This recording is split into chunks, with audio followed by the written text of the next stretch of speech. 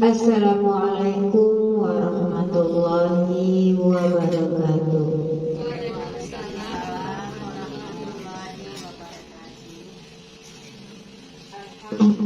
Rabbil alamin, wassalatu wassalamu ala asrofil anbiya'i wal mursalin wa ala alihi wa sahbihi rasulillahi ajma'in. Yang terhormat Ibu Kepala SD Negeri 04 Pulau Punjung, Ibu-ibu Majelis Guru SD Negeri 004 Pulau Punjung yang sempat hadir pada hari ini.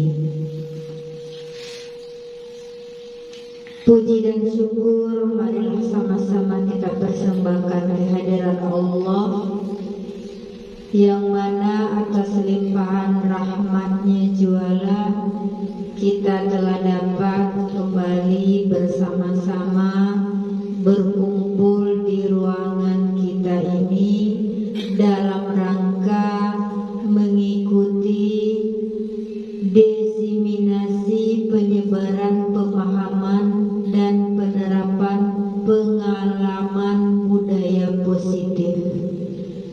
Selanjutnya, sholawat beserta salam tak bosan-bosan kita sampaikan kepada junjungan kita, yakni Nabi besar Muhammad Sallallahu Alaihi Wasallam. Baiklah, sampaikan di sini susunan acara kita pada kegiatan hari ini. Yang pertama, pembukaan yang sedang berlangsung. Yang kedua, sambutan dari kepala sekolah. Dan yang ketiga, penyampaian penyebaran pemahaman dan penerapan pengalaman budaya positif oleh CGP Angkatan 9 SD Negeri 04 Pulau Punjung. Kemudian acara berikutnya nanti ada diskusi atau tanya jawab dan diakhiri dengan penutup. Baiklah, kita masuk ke acara selanjutnya, yaitu sambutan dari Kepala Sekolah SD Negeri 04 Pulau Punjung. Kepada Ibu disilahkan.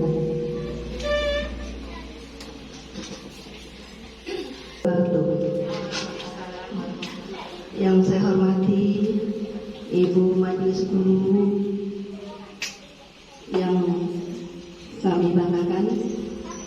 Kemudian pertama sekali marilah kita sama-sama mengucapkan puji syukur kita di hadirat Allah Subhanahu wa taala dengan limpahan nikmat yang begitu banyak kepada kita semua.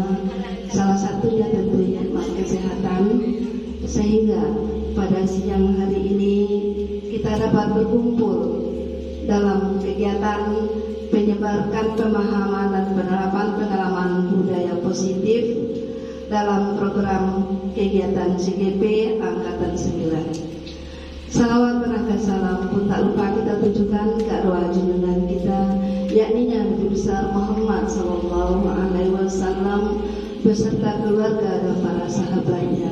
Mudah-mudahan kita sebagai umatnya mendapatkan syafaat di yaumil akhir nanti. Amin, amin ya rabbal alamin. Baiklah, pada kesempatan yang berbahagia pengalaman budaya positif. Jadi kalau kita lihat di sini budaya, berarti ini budaya pembiasaan ya. Jadi kita di sekolah ini terutama kepada anak-anak kita, memang kita harus membudayakan pembiasaan-pembiasaan yang positif terhadap siswa kita. Kalau kita lihat memang untuk melakukan pembiasaan atau perubahan itu memang sulit ya. Memang sulit sekali, apalagi itu untuk merubah ke arah yang lebih baik.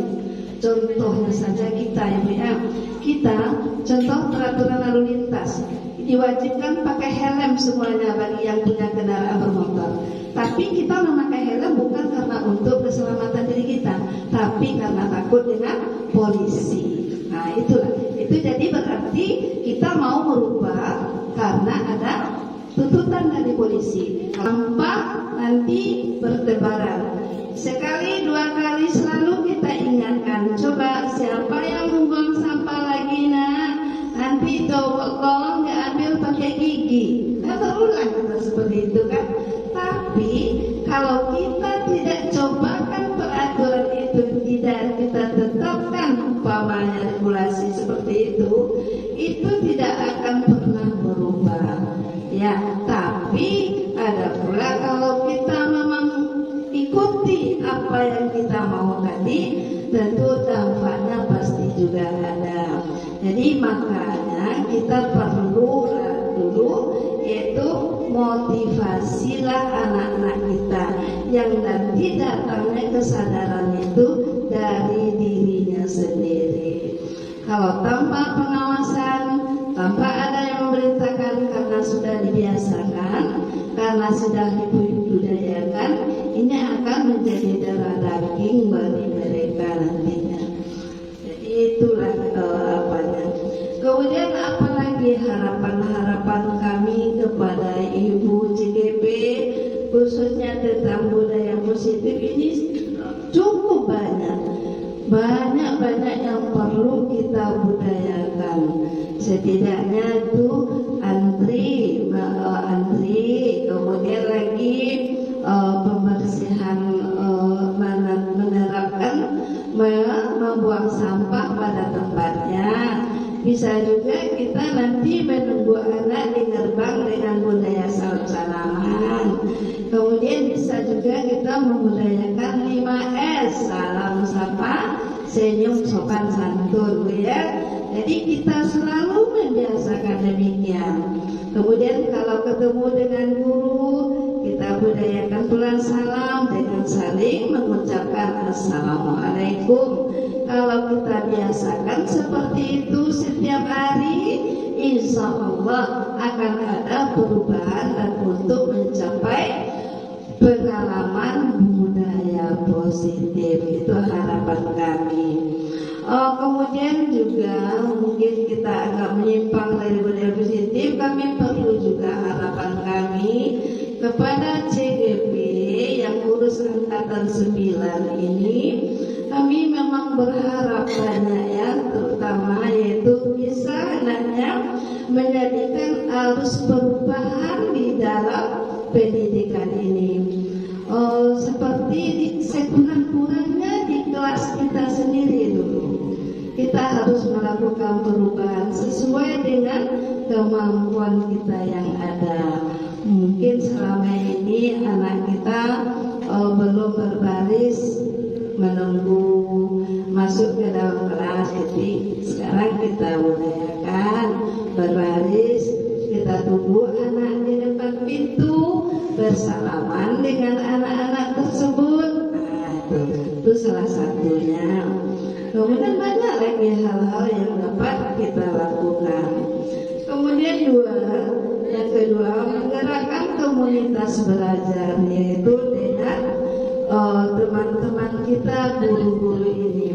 Jadi kepada guru-guru mungkin kami tuakan selangkah ya untuk berbagi ilmu kepada teman-teman kita, karena kami yakin dan percaya ilmu yang diperoleh oleh calon guru penggerak cukup banyak ya. Mungkin bisa melalui workshop yang diperoleh mereka, melalui daring, luring. Jadi berbagilah dengan teman-teman kita yang ada khususnya di SD Negeri 4 Pulau Punjung ini. Nah, kemudian juga tolong buka ruang diskusi. Apapun yang Ibu temui atau dapatkan ilmu pengetahuan, silakan berdiskusi supaya teman-teman kita juga memperoleh ilmu yang sama dengan kita. Jadi guru bergerak maju, kami juga yang lain juga mau bergerak ya Bu ya. Terus bukalah atau berkolaborasilah dengan guru-guru dan juga orang yang berkompeten, orang yang berkepentingan untuk meningkatkan kualitas pendidikan. Boleh saja dengan orang dinas pendidikan, kemudian boleh saja dengan guru yang di luar sekolah kita, sehingga dengan kolaborasi yang baik itu bisa juga meningkatkan kualitas pendidikan. Baik.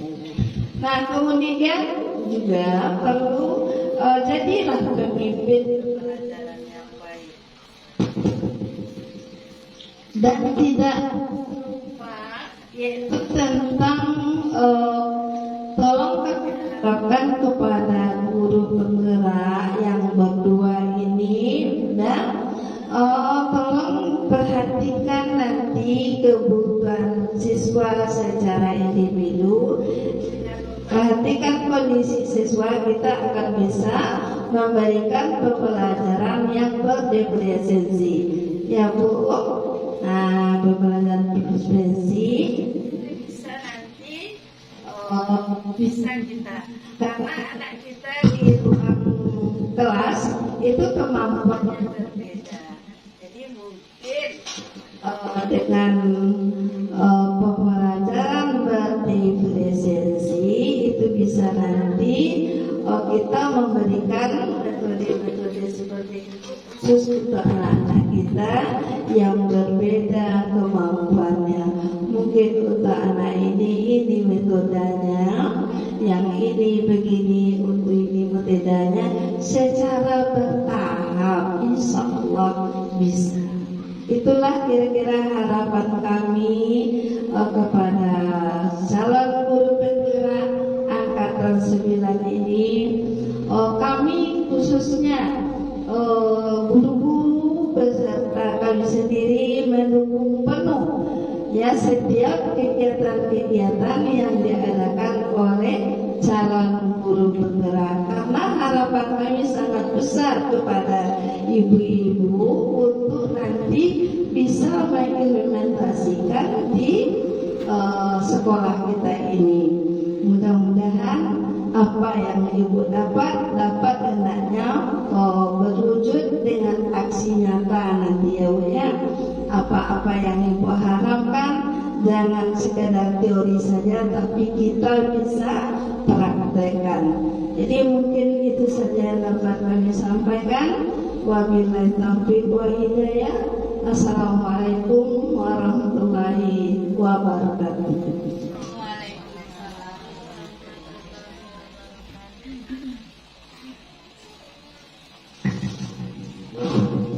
Terima kasih kami ucapkan kepada Ibu Kepala Sekolah yang telah memberikan banyak nasihat dan motivasi. Semoga bisa nanti bersama-sama kita jalin kolaborasi. Acara selanjutnya penyampaian penyebaran pemahaman dan penerapan pengalaman budaya positif oleh CGP Angkatan 9 Kabupaten Dharmasraya SD Negeri 04 Pulau Punjung kepada Ibu Umiati SPD. Disilakan.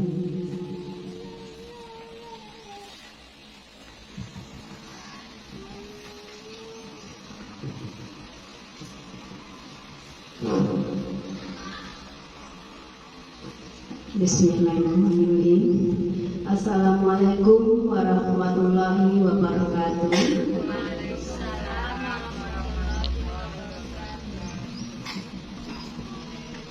Puji dan syukur marilah sama-sama kita ucapkan kehadiran Allah Subhanahu wa taala yang telah melimpahkan rahmat dan karunia-Nya kepada kita bersama sehingga kita bisa berkumpul di ruangan ini.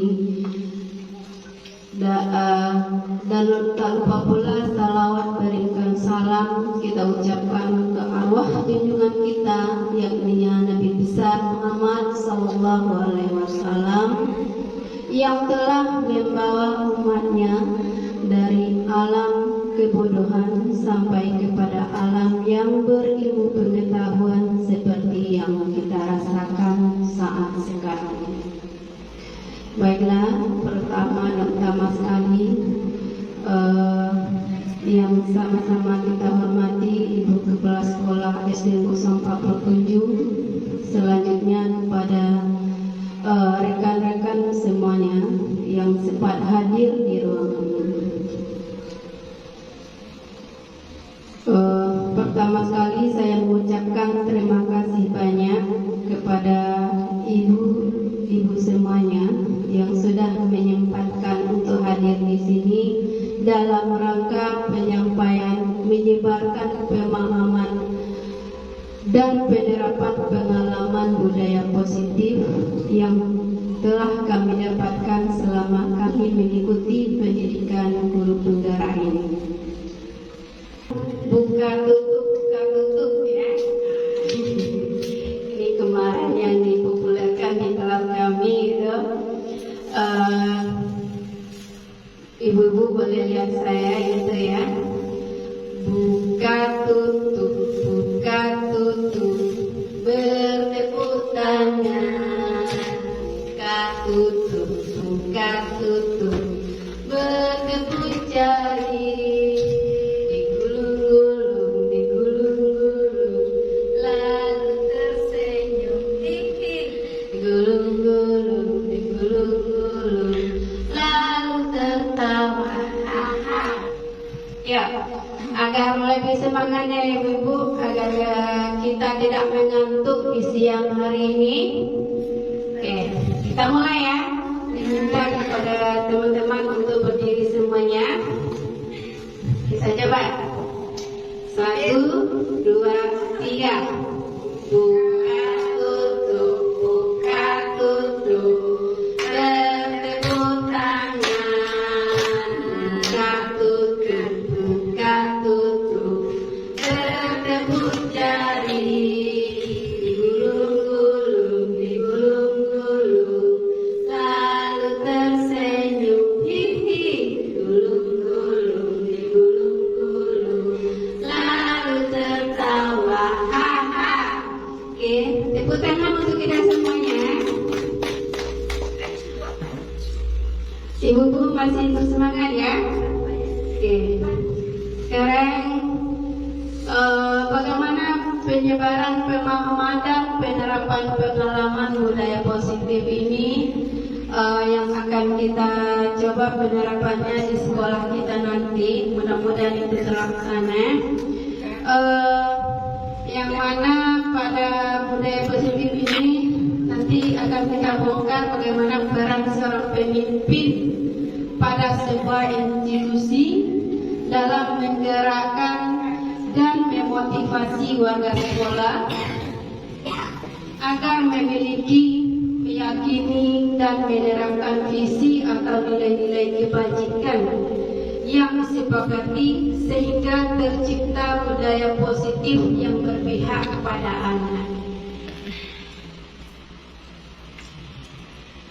Nah, jadi di dalam hal ini nanti akan kita sampaikan yaitunya ada konsep inti dari budaya positif itu, yaitu perubahan paradigma belajar. Kemudian disiplin positif, nilai-nilai kebajikan, kebutuhan dasar manusia, motivasi perilaku manusia, posisi kontrol, guru, keyakinan kelas, dan segitiga restitusi. Nah, sekarang akan melihat satu persatu dari konsep ini, yaitu pembelajaran dengan paradigma baru.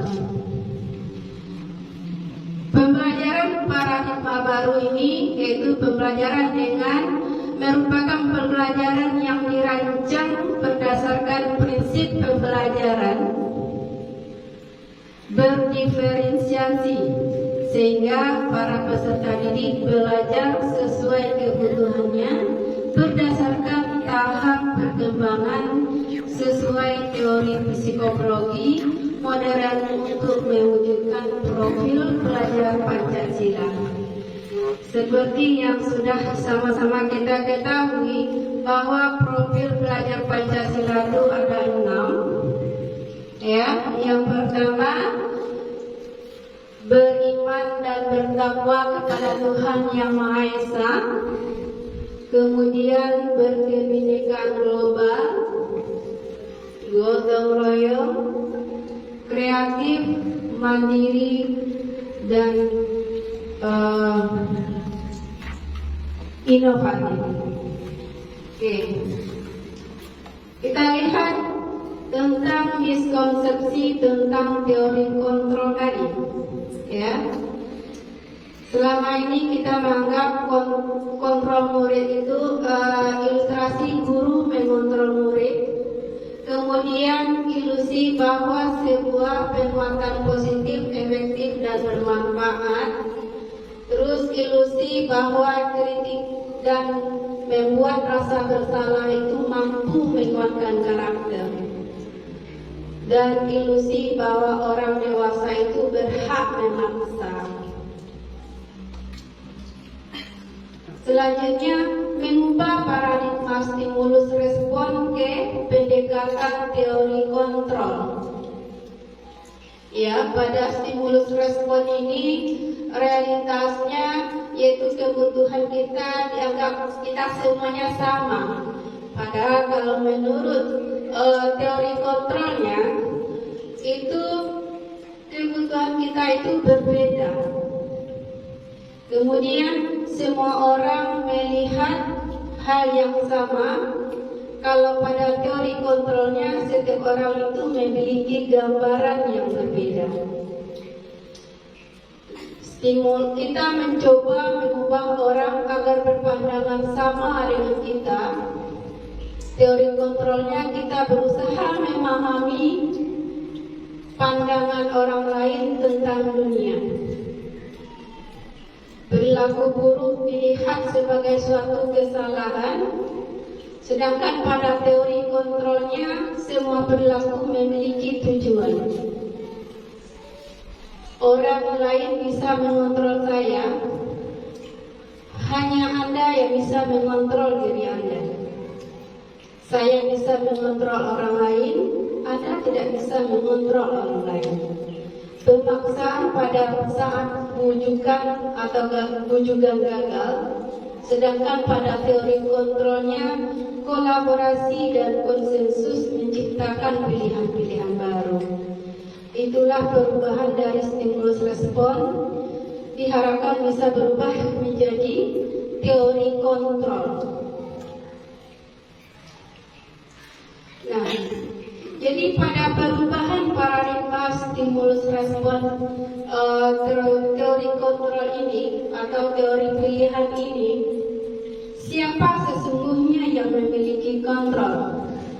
Nah, di sini bisa kita lihat kalau pada stimulus respon yang memiliki kontrol itu adalah kita mencoba mengubah orang agar berpandangan sama dengan kita. Kemudian perilaku buruk dilihat sebagai suatu kesalahan. Orang lain bisa mengontrol saya bisa mengontrol orang lain. Pemaksaan ada pada saat bujukan gagal. Nah, sedangkan pada teori kontrol ini kita berusaha untuk memahami pandangan orang lain tentang dunia ini. Semua perilaku itu memiliki tujuan. Ya, apapun permasalahannya itu pasti ada tujuan. Ya. Kemudian hanya diri kita yang bisa mengontrol diri kita. Anda tidak bisa mengontrol orang lain. Ya. Jadi kita tidak bisa mengontrol orang lain. Kita hanya bisa menuntunnya ke arah yang lebih baik lagi. Oke, kita lihat tentang disiplin positif ini. Disiplin positif ini berasal dari kata disiplina tulisannya yang artinya belajar. Ya, disiplin mengacu pada disiplin diri yang memiliki tanggung jawab terhadap apa yang dilakukan berdasarkan nilai-nilai yang diyakini. Disiplin positif merupakan salah satu cara penyerapan disiplin yang bertujuan untuk menumbuhkan kesadaran serta memberdayakan peserta didik tanpa imbalan atau reward, kemudian ancaman ataupun hukuman. Nah, sebagai pendidik, tujuan kita adalah menciptakan peserta didik yang memiliki disiplin diri sehingga mereka berperilaku mengacu kepada nilai-nilai kebajikan universal dan memiliki motivasi intrinsik dalam perubahan perilaku ke arah yang lebih baik lagi.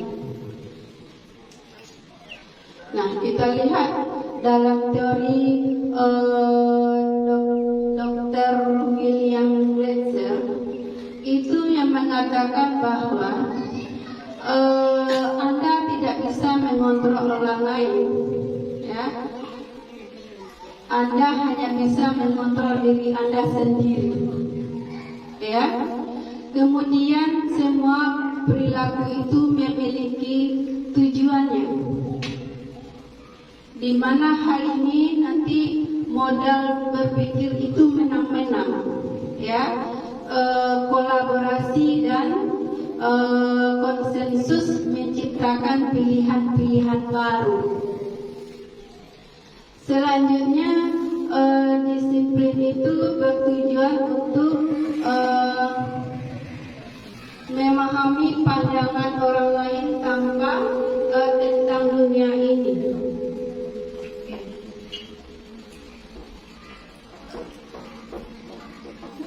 Nah, sekarang kita lanjutkan nilai-nilai kebajikan.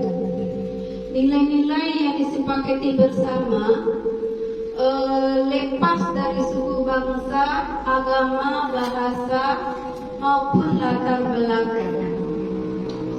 Contoh nilai kebajikan menurut profil belajar Pancasila itu ada 5, yaitu beriman dan bertakwa kepada Tuhan Yang Maha Esa, berakhlak mulia, berkebinekaan global, gotong royong, mandiri dan bernalar kritis. Itu menurut profil pelajar Pancasila. Sedangkan menurut IGO, Primary Years Program atau PYP, toleransi, rasa hormat, integritas, mandiri, menghargai, antusias, empati, keingin-tahuan, kreativitas, kerjasama, percaya diri, dan komitmen. Nah, sedangkan menurut keterampilan hidup atau life skill, dapat dipercaya, lurus hati dengan yang aktif, tidak merendahkan orang lain, dan memberikan yang terbaik dari dirinya. Kemudian kita lihat kebutuhan dasar manusia. Kebutuhan dasar manusia adalah segala sesuatu yang kita lakukan untuk mendapatkan apa yang kita inginkan. Seluruh tindakan yang kita lakukan memiliki tujuan tertentu, dan semua usaha terbaik yang kita lakukan adalah dalam rangka agar kebutuhan dasar kita terpenuhi dengan baik. Nah, ini dia 5 kebutuhan dasar manusia. Yang pertama itu bertahan hidup. Bertahan hidup seperti makanan, pakaian, tempat tinggal. Kemudian kita juga membutuhkan kasih sayang dan rasa diterima. Di mana rasa kasih sayang ini yang kita butuhkan adalah rasa diterima, dipedulikan, berbagi, kerjasama, menjadi bagian dalam kelompok. Kemudian kebutuhan dasar manusia penguasaan, harga diri, keinginan untuk dianggap memimpin, berprestasi, diakui dan didengar. Kemudian kebutuhan dasar manusia berikutnya yaitu kebebasan. Yang mana tentang kebebasan ini adalah mandiri, memiliki pilihan, mencoba hal baru, mampu mengendalikan arah diri. Selanjutnya kebutuhan dasar manusia tentang kesenangan, bermain, humor, antusias, dan tertawa. Jadi motivasi perilaku manusia itu ada 3 macam. Yang pertama untuk menghindari ketidaknyamanan, ya, ketidaknyamanan atau hukuman. Kemudian untuk mendapatkan imbalan atau penghargaan. Nah, kedua motivasi ini itu merupakan motivasi ekstrinsik yang berasal dari luar dirinya, gitu. Kemudian kita lihat yang ketiga, yaitunya untuk menjadi orang yang mereka inginkan dan menghargai diri sendiri dengan nilai-nilai yang mereka percaya. Nah, yang ketiga ini merupakan motivasi intrinsik. Nah, ini motivasi inilah nanti yang harus kita gali dari dalam diri anak-anak murid kita, begitu juga dalam diri kita masing-masing. Nah, di dalam melakukan sebuah motivasi tadi itu ada 3 hal, yaitu tentang hukuman, konsekuensi, dan restitusi. Di antara ketiga ini kira-kira mana nanti yang terbaik? Nah, mari kita lihat satu persatu. Yaitu kalau pada hukuman ini terjadi tidak terencana atau tiba-tiba, yang mana murid tidak tahu apa yang akan terjadi atau tidak dilibatkan dalam pembuatannya, hanya bersifat satu arah. Ya, hukuman ini bisa berupa hukuman fisik ataupun hukuman psikis. Kemudian kita lihat konsekuensi. Ya, konsekuensi ini sifatnya terencana, disepakati sesuai peraturan. Murid tetap dibuat tidak nyaman. Sikap guru selalu memonitor murid. Kemudian restitusi. Restitusi ini proses menciptakan kondisi bagi murid untuk memperbaiki kesalahannya. Ya, proses kolaborasi yang mengajarkan murid untuk mencari solusinya sendiri. Solusi itu berasal dari si pembuat masalah tadi. Jadi bukan kita yang memberikan solusinya, gitu. Nah, jadi 5 posisi kontrol dulu tadi yaitu sebagai penghukum, pembuat merasa bersalah, sebagai teman, pemantau, dan manajer. Nah, di antara kelima posisi ini, mana nantinya yang akan terbaik, posisi kita harus berada di mana, itu tergantung pilihan kita.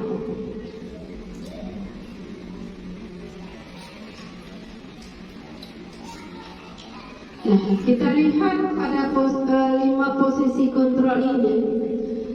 Nah, kita lihat ada di sini tentang identitas gagal, identitas berhasil, dan identitas berhasil, sukses, kembali, kontrol diri.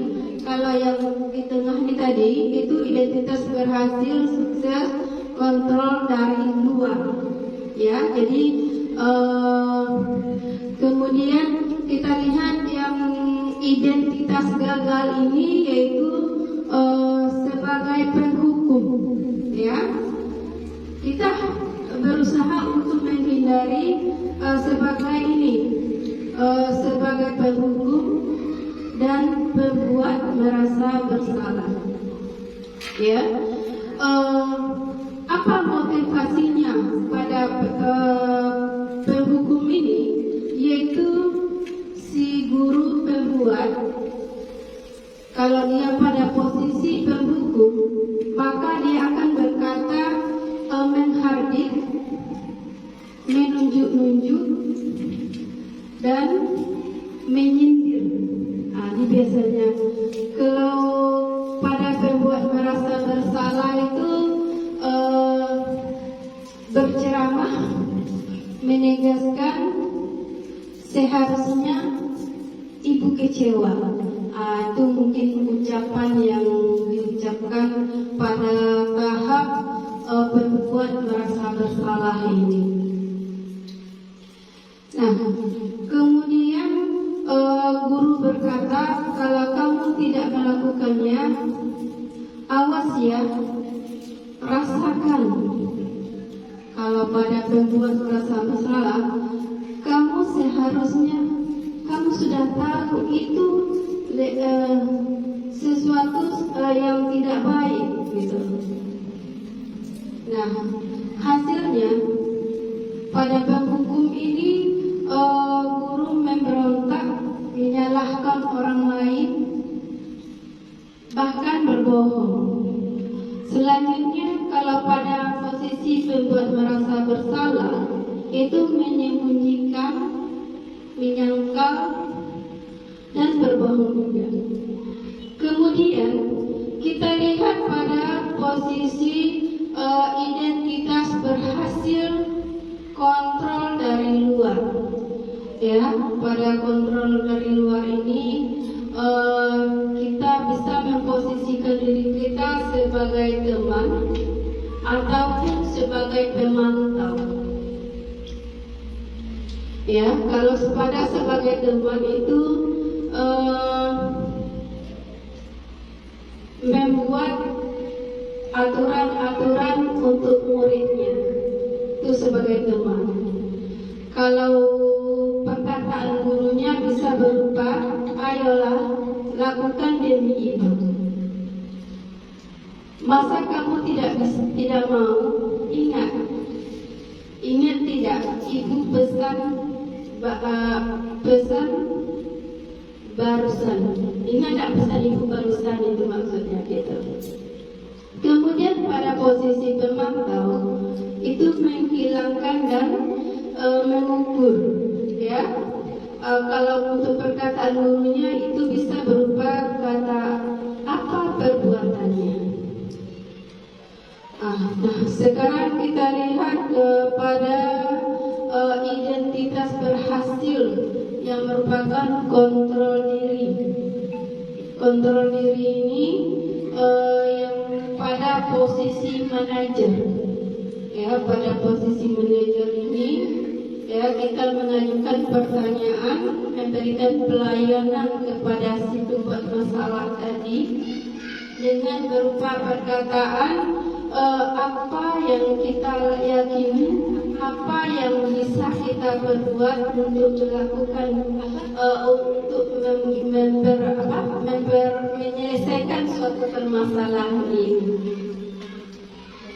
Nah, kita lanjutkan contoh penerapan 5 posisi kontrol guru ini.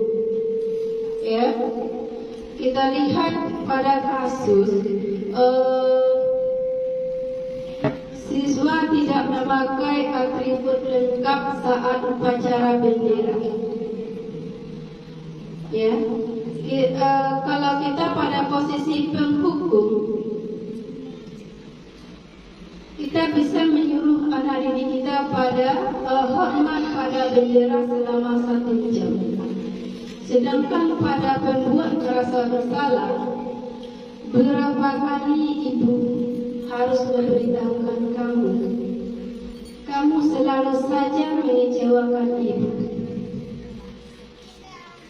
Untuk posisi teman, ayo dong ikuti aturan sekolah. Tolong bantu ibu. Ya sudah, tidak apa-apa. Lain kali jangan sampai berbuat seperti ini lagi ya. Kemudian kalau pada posisi pemantau, kamu sudah melanggar peraturan sekolah. Kamu tahu konsekuensinya? Setelah upacara kamu beli atributnya ke koperasi dan jangan diulangi lagi. Nah, itu mungkin tindakan yang bisa kita perbuat ketika kita berada pada posisi pendukung, berbuat merasa bersalah, teman dan pemantau. Nah, kita lihat pada posisi manajer. Nah, pada posisi manajer ini yang bisa kita lakukan, kita bisa mengungkapkan apakah kamu tahu kesalahanmu. Kira-kira bagaimana kamu memperbaiki kesalahanmu. Nah, jadi kita menanyakan kepada si pembuat masalah tadi apa yang sudah dilakukannya dan apa yang sudah dilanggarnya.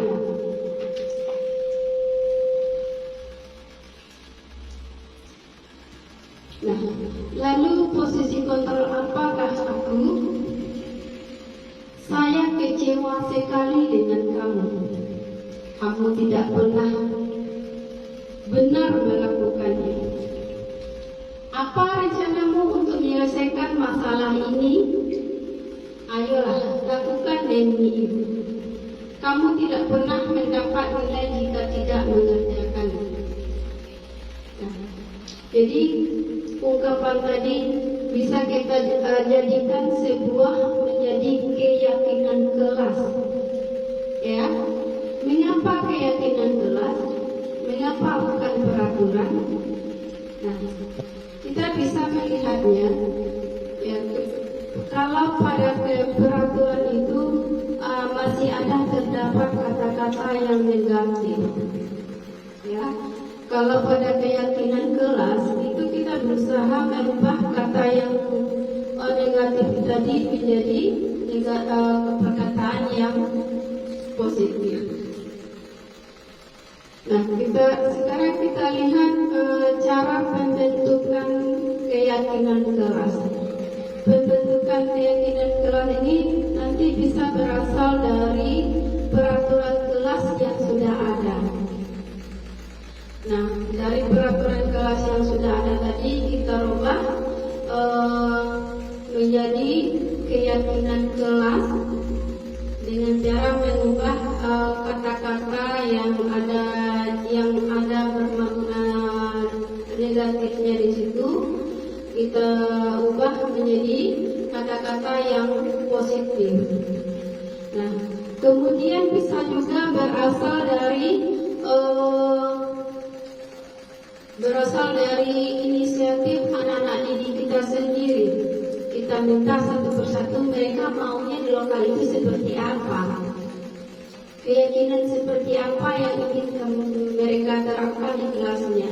Nah, jadi kita meminta pendapat kepada anak-anak didik kita. Nah, kalau di sini kita bisa melihatnya bahwa pembentukan kelas itu bersifat abstrak, berupa pernyataan universal dibuat dalam pernyataan positif sedikit saja agar mudah diingat. Nah, jadi keyakinan kelas itu tidak usah banyak-banyak. Kalau banyak-banyak nanti anak-anak bisa lupa, gitu ya. Kemudian sesuai dengan kondisi kelas dan sekolah sehingga mudah diterapkan. Sesuaikan dengan keadaan sekolah kita dan kelas kita juga. Kemudian semua warga sekolah atau warga kelas dilibatkan saat membuat keyakinan kelas.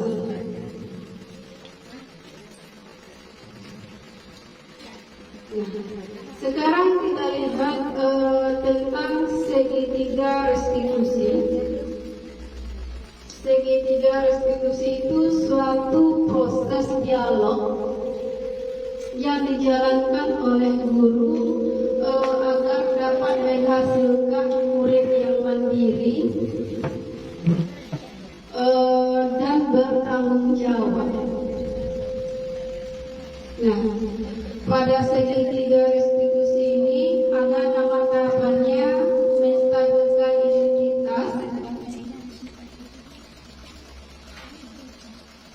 menanyakan keyakinan, dan validasi tindakan yang salah. Kemudian mari kita lihat apa itu restitusi. Restitusi itu adalah proses menciptakan kondisi bagi murid untuk memperbaiki kesalahan mereka, sehingga mereka bisa kembali pada kelompok mereka dengan karakter yang lebih kuat.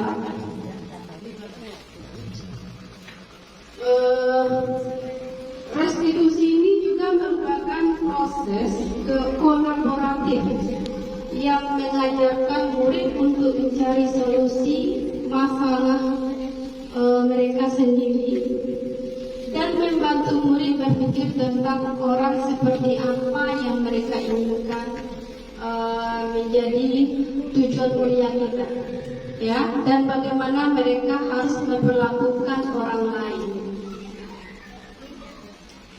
Nah, ciri-ciri restitusi ini yaitu bukan untuk menebus kesalahan, namun untuk belajar dari kesalahan,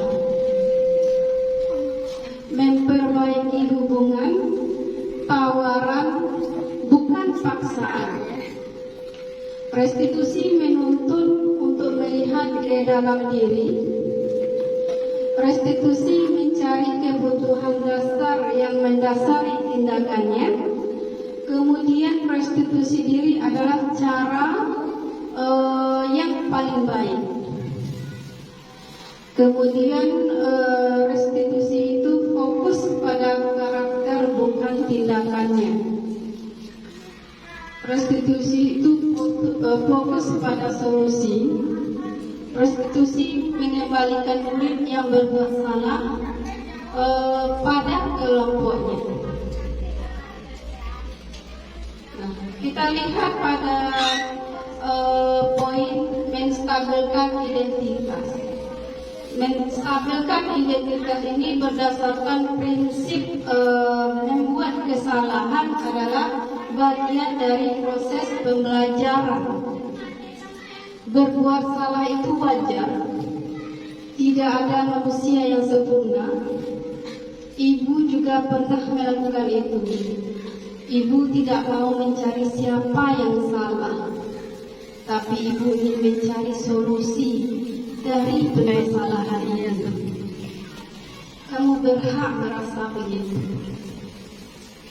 Sedangkan pada validasi tindakan yang salah, yaitu merupakan berdasarkan prinsip setiap perilaku berupaya memenuhi suatu kebutuhan tertentu.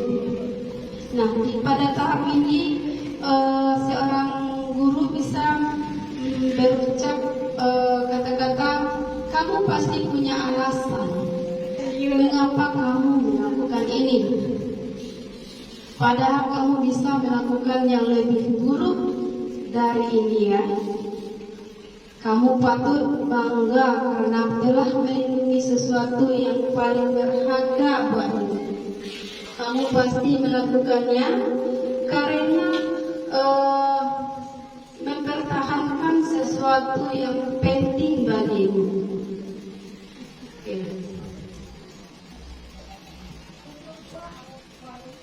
Nah, kita lanjut pada posisi selanjutnya, yaitu menanyakan keyakinan. Berdasarkan prinsip teori kontrol, bahwa pada dasarnya kita termotivasi secara intrinsik. Ya, pada tahap ini seorang guru bisa menanyakan apa keyakinan kelas kita. Kemudian nilai-nilai apa yang telah disepakati bersama, seperti apa gambaran sebuah kelas yang ideal menurutmu. Kemudian kamu ingin menjadi orang seperti apa? Mungkin ini pertanyaan yang bisa kita ajukan ke anak yang sedang melakukan sebuah kesalahan. Nah, ini dia tadi yang sudah kita bahas, identitas gagal dan identitas sukses ya. Kalau identitas gagal itu seperti sebagai hukuman ya. Kemudian identitas sukses yaitu disiplin, konsekuensi dan restitusi. Nah, ini sebagai contoh dalam tahapan segitiga restitusi yang sudah kami lakukan.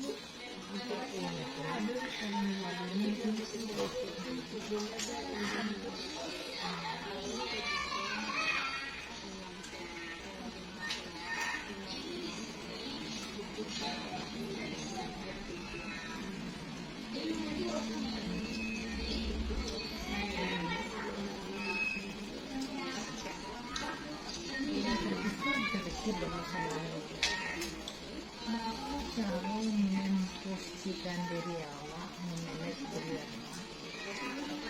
Untuk anak-anak ketemu semua dia kesalahan. Yang meret adalah ini itu yang salah. Saya itu selalu hampir seluruh klaster, seluruh anak klaster lurusnya dijangkau yang bermasalah. Terus itu saya entah kau yang bola nak pergi mana ada bola tahu terus bola saya sih salah nak terus bola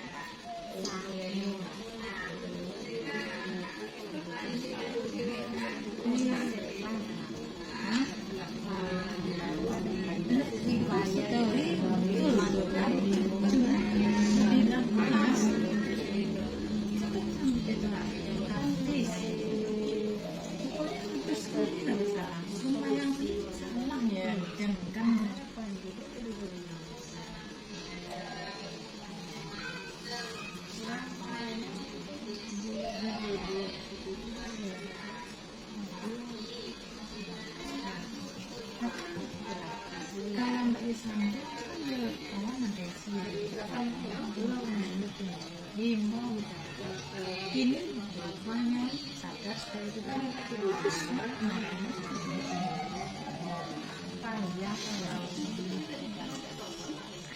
secara teoris itu bukan lain dari memenuhi kebutuhan kebutuhan yang bagus dengan kuasa sih dan kuasa itu yang benar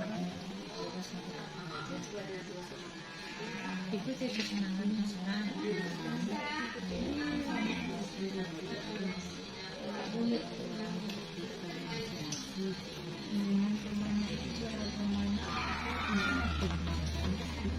dulu sudah beberapa mulai sampai di Korea baru mulai kok beda makan aku dia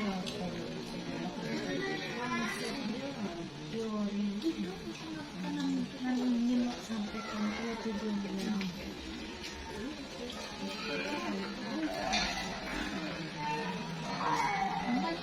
aku ambo yang ketuaan aturan luar biasa untuk melakukan untuk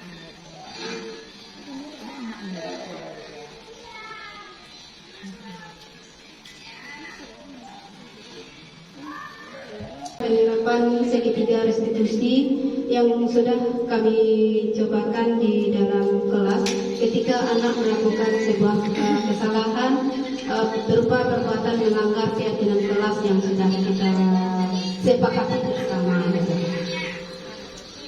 Nah, sekarang kita lanjutkan pada poin berikutnya, yaitu penutup. Ya, di dalam penerapan program disiplin positif, hendaknya guru memiliki standar kepribadian profesional dan sosial yang baik, di mana guru itu mampu merefleksikan dirinya dalam posisi kontrol saat ini, bagaimana perjalanan dirinya sebagai among yaitu manajer yang menuntun murid-muridnya menjadi insan yang mandiri, merdeka dan bertanggung jawab. Kemudian bisa nantinya mencapai standar nasional pendidikan kita. Dan mungkin itu saja rangkaian kegiatan kita. Untuk acara selanjutnya kami serahkan kembali kepada pembawa acara. Terima kasih semuanya. Assalamualaikum warahmatullahi wabarakatuh.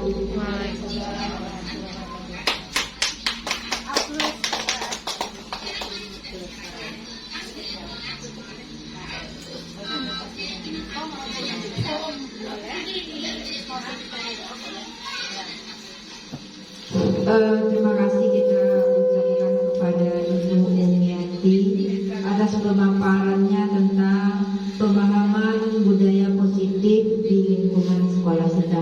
Mungkin ada dari ibu-ibu kita semua yang ingin bertanya kepada, sudah mengerti, mudah-mudahan sama-sama bisa kita laksanakan. Gimana Bu Umiati? Ya, mungkin kegiatan kita hari ini kita cukupkan sampai di sini. Terima kasih kami ucapkan kepada ibu-ibu semuanya atas waktu yang sudah diberikan. Mohon maaf kalau ada kesalahan selama kami memandu acara ini. Kita sekarang akan membuat keyakinan kelas, ya. Keyakinan kelas itu berangkat dari peraturan kelas. Anak ibu masih ingat peraturan kelas kita apa?